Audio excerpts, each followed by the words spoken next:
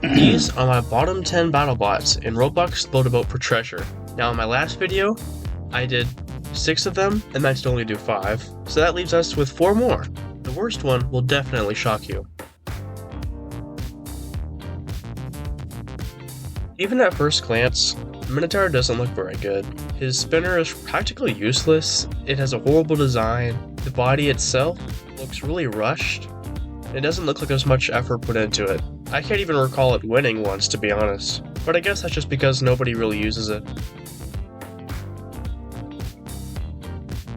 This is one of my oldest bots. I made it in 2022.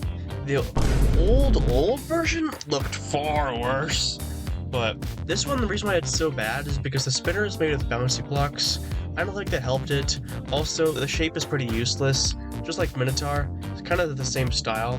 It never gets any wins. I made its wheels hollow for some reason, so it's pretty light, and it uses a regular seat, so if it gets stuck upside down, it stays upside down. This thing is an atrocity to Battlebots kind. You see, it's one of the 4 horsemen from the Battlebots TV show that I tried to recreate inside of Build-A-Boat, and they're all mini-bots. Now, it looks nothing like the real-life one. Originally, it drove with wheels that were extremely far out away from the bot, so the hitboxes were really huge, and it had trouble steering, and it would get stuck upside down a lot. So I tried to fix that by using a turbo motor down there. Well, that didn't help. And as a matter of fact, it doesn't steer at all. Now, it can self-right if you're lucky by driving into a wall, but it is impossible to get any knockouts. It's very light, it wants to die. It needs to die. Gosh, this thing needs a revamp. But I mean, what can I do with this thing? This is the worst bot I allowed to compete in Battle of Mine. On the bottom, you have a large orange horizontal spinner.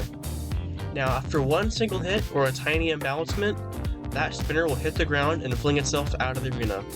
Second, its hammer, if you try to use, you may be able to fling another bot 5 inches, but you'll fling yourself.